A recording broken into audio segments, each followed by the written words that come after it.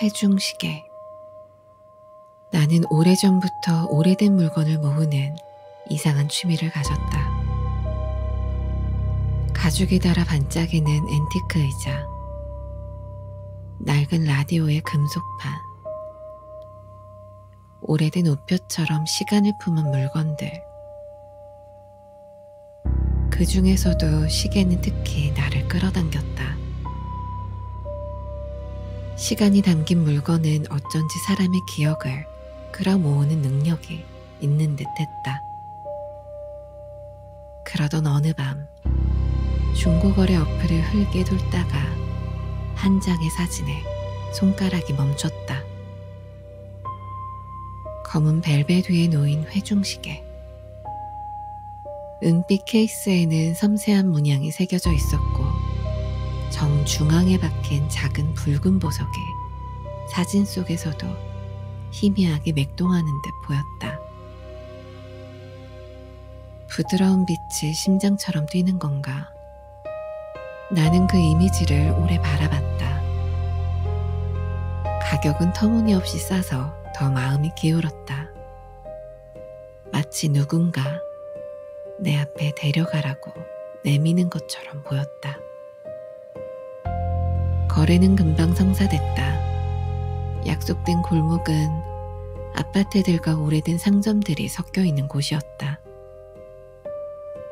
판매자는 눅눅한 정오의 골목, 그림자처럼 서 있었고 그의 얼굴은 너무나 무심했다. 시계를 건네받는 동안 그는 단 한마디도 하지 않았다. 그의 손끝이 닿았을 때는 이상하게도 차가움이 먼저 전해졌다. 그날 밤, 집으로 돌아와 회중시계를 손에 든 채 책상 위에 올려놓아 보았다. 손목에 걸어보니 예쁘기도 했고 무엇보다 어울리는 기분이 들었다. 그게 잘못의 시작이었다. 첫날은 별일 없었다. 그러나 이튿날부터 조금씩 이상한 일이 생기기 시작했다. 리모컨이 갑자기 안 보였고 가방에 늘 넣고 다니는 이어폰도 없어졌다. 처음엔 그냥 소소한 것들이 사라졌다. 아, 내가 둔 곳을 잊었나 보다 라며 스스로를 설득하려 했지만 사라짐은 점점 범위를 넓혔다. 지갑, 열쇠, 중요한 서류까지. 내가 분명히 탁자 위에 놓아두었던 것들이 어느새 흔적도 없이 사라졌다.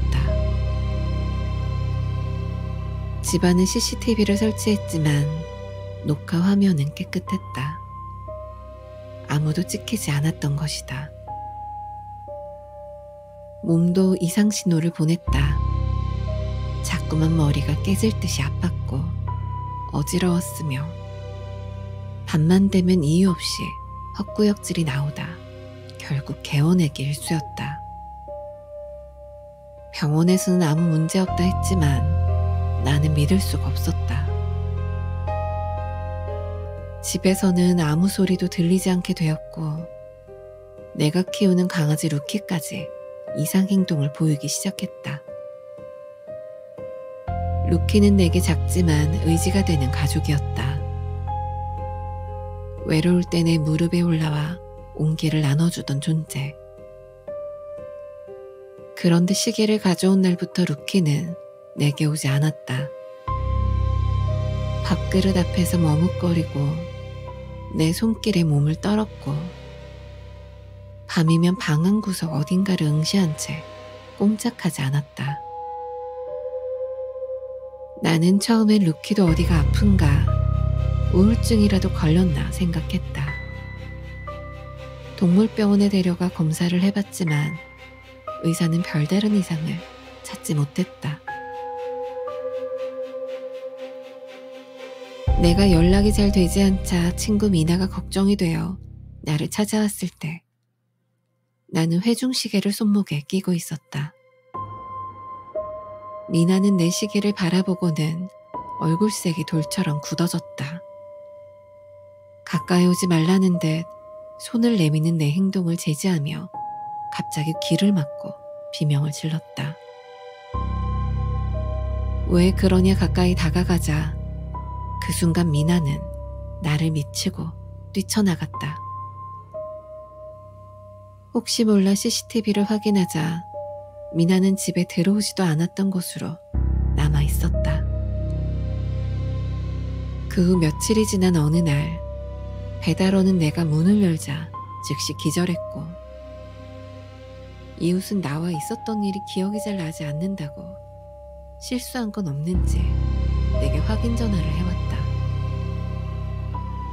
그때마다 나는 희미한 웅얼거림을 들었고 지금 생각해보면 그때마다 회중시계를 손목에 착용하거나 몸에 지니고 있었다. 밤마다 소리는 더 대담해졌다. 잠을 자려 누우면 귓전에서 소곤소곤한 울림이 시작되었다. 처음엔 바람소리인지 이명인 줄 알았다. 귀마개를 꽂아도 선명히 들려왔다. 나는 귀를 막고 눈을 감아도 온몸에 퍼지는 음의 맥박을 떨쳐낼 수 없었다. TV를 최대 음량으로 틀어놓아도 자동차 소음으로 방을 채워도 그 소리는 마치 귓속을 뚫고 뼛속까지 파고드는 것 같았다. 마치 소음들은 모두 밖의 것이었고 그 소리는 점점 안에서 들려오는 듯한 착각을 하게 될 정도였다. 어느새 나는 소리가 귀를 통과해 머릿속에서 직접 울리고 있다는 감각에 사로잡혔다. 그 육중한 웅얼거림은 단순한 잡음이 아니었다. 초반은 이해할 수 없는 단어의 파편처럼 들렸다. 네, 네. 그런가 하면 때론 아주 친근한 이름이 섞여 나왔다. 내 이름의 음절이 희미하게 떨려 나올 때는 숨이 멎는 듯한 공포가 몰려왔다. 나는 귀를 붙잡고 소리를 쫓아다녔지만 소리는 나의 내면으로 더 깊게 스며들 뿐 사라지지 않았다.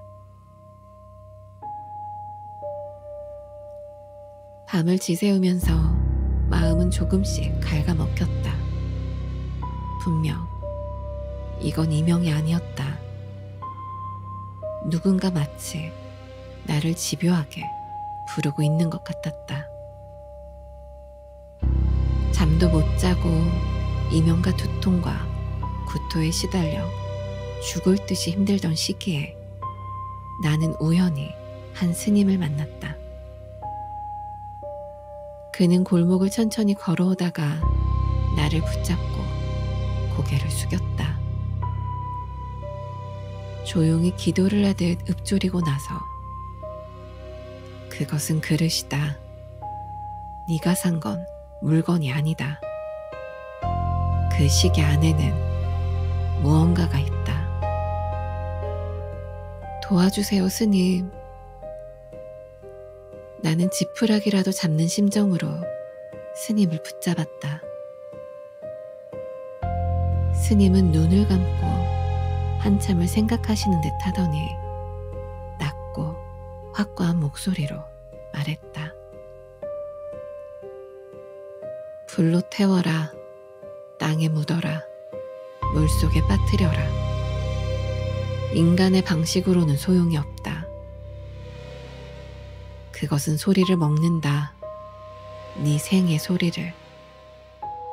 네 존재의 소리를 먹고 네 자리를 대신하려 한다. 스님의 얼굴은 매우 진지했다. 없애려면 대가가 필요하다. 네가 가장 사랑하는 것을 대신 바쳐. 없애려면 대가가 필요하다.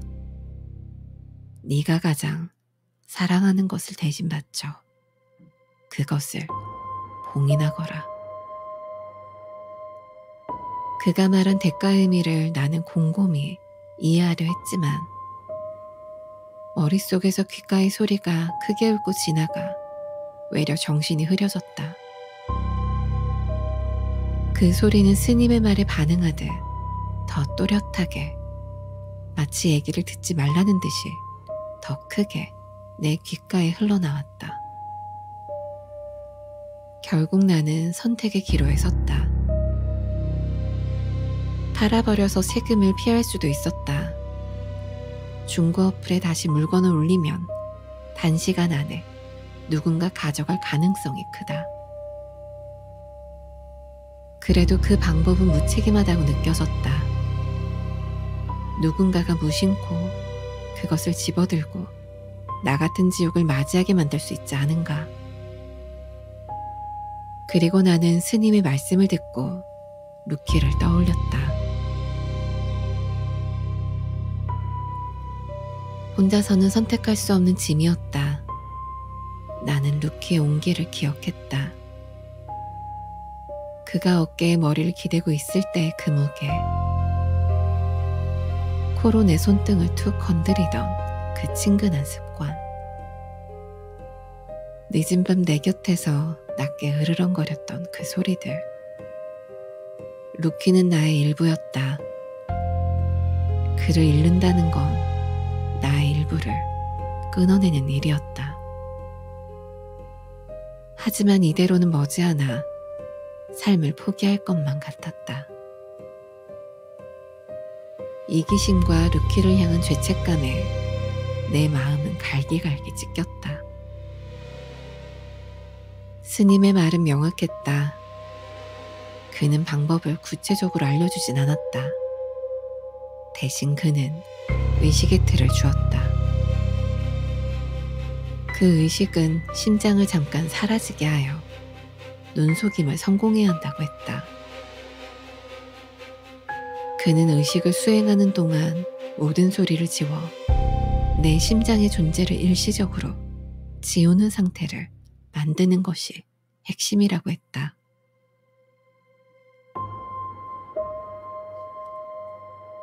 나는 며칠 동안 망설였다. 밤이면 귓속의 소리는 더욱 들끓었다. 나는 귀마개를 끼고 이어폰으로 화이트 노이즈를 틀고 TV를 최대 음량으로 틀어도 소리는 계속 들려왔다. 오히려 TV 소리는 겉돌며 귓속에서 울리는 언어의 파편을 더 명확히 띄워주기만 했다. 네, 돌아와, 여기. 두통과 소음에 시달리고 구역질을 하며 정말 죽고 싶을 만큼 고통스러워 너무 힘이 들었다. 결국 나는 루키를 데리고 마지막 결정을 했다. 스님이 준 주문과 의식의 틀을 신중히 따르되 스님의 윤리를 저버리지 않기 위해 나는 가능한 한 인간적인 방식으로 그 모든 행위의 단계를 줄이려 했다. 의식의 전날 밤 나는 집안의 모든 소리를 제거했다. 전등을 끄고 창문을 막고 전화기를 최대한 멀리 던졌다. 루키는 내 무릎 위에서 조용히 잠들어 있었고 나는 그의 호흡 소리를 끝까지 들었다. 그 호흡은 내게 생의 증거였다. 그것을 포기하는 생각은 내 심장을 칼로 찌르는 것보다 더 아팠다. 그러나 그 소리는 동시에 시계를 부추기는 기운이기도 했고 시계는 그 소리를 영향으로 삼아 살아난다. 스님이 그렇게 말했다. 의식이 시작됐다. 나는 숨을 깊이 들이마시고 가능한 한 소리를 죽였다. 귀에 남아있던 웅얼거림은 기이하게도 그 순간 더욱 선명해졌다. 그것은 내가 맞는 소리들의 잔해였고 내가 존재하던 증거를 이 세상에서 지우려는 소리였다. 나는 루키의 이름을 부르지 않았다. 대신 나는 눈물을 흘리며 루키의 콧잔등에 내 코를 문질렀다. 루키가 좋아하던 행동이었다. 의식이 진행되는 동안 집안의 공기는 뒤틀렸다. 시계의 붉은 보석은 낮게 으르렁거리듯 빛났고 벽의 그림자들은 꿈틀거렸다. 루키의 숨소리는 점점 잦아들었고 그와 함께 내 심장소리도 희미해졌다. 나는 극심한 통증을 느끼며 구토가 터졌으며 그 구토는 마치 어떤 존재가 내 안에서 무언가를 배출하도록 촉구하는 듯했다. 내 손엔 점점 힘이 들어갔고 루키의 버둥거림이 느껴졌다. 그 순간 나는 깨달았다. 이 의식은 단순한 거래가 아니었다. 그것은 사랑과 증오, 구원과 저주가 서로 뒤엉킨 선택이었다. 나는 루키의 작고 아직은 온기가 남아있는 몸을 끌어안고 마지막 인사를 건넸다. 의식의 끝자락, 루키의 심장 소리가 멎고 시계는 마지막으로 외마디 소리를 내며 찢어지는 듯한 기운을 방출했다. 무언가 그 안에 갇혀있던 것이 비명처럼 터지며 소리쳤다. 그리고 그 비명이 끝나자 모든 것이 정지했다. 다음 순간 붉은 보석이 산산조각이 났고 회중시계의 조각은 아무 의미도 없는 금속 조각으로 바뀌었다. 사라졌던 물건들이 제자리로 돌아왔고 연락이 두절됐던 이들의 전화가 울렸다. 더 이상 아프지도 않았으며 마치 평범한 일상으로 돌아온 것 같았다. 하지만 루키는, 그 작은 심장은 더 이상 뛰지 않았다. 그 대가는 너무도 컸다. 집은 다시 조용해졌지만 그 침묵은 평화가 아니었다. 그 침묵 속에서 나는 밤마다 루키의 빈자리와 죄책감에 몸부림을 치게 되었다. 사람들은 내게 그 경험을 물었다. 나는 말할 수 있는 것만 말했다. 나는 살았고 잃었다 라고.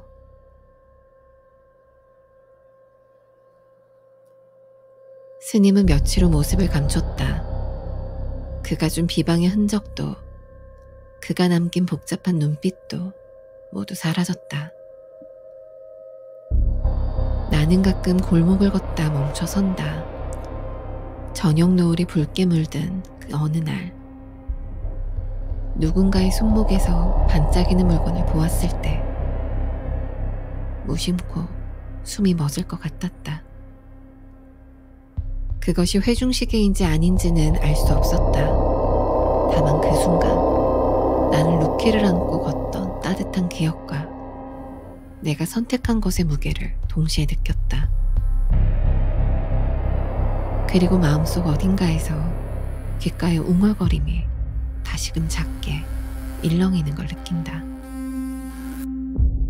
루키의 따뜻한 귀와 작은 코끝, 그리고 마지막으로 내 손등을 살짝 건드렸던 그 접촉. 그 모든 것이 이제는 꿈속의 잔상으로만 남았다. 내가 한 선택이 옳은 것인지는 생각하지 않으려고 한다. 그저 나는 내가 살기 위해 내 소중한 가족의 생명을 앗아간 이기적인 생물일 뿐이니까.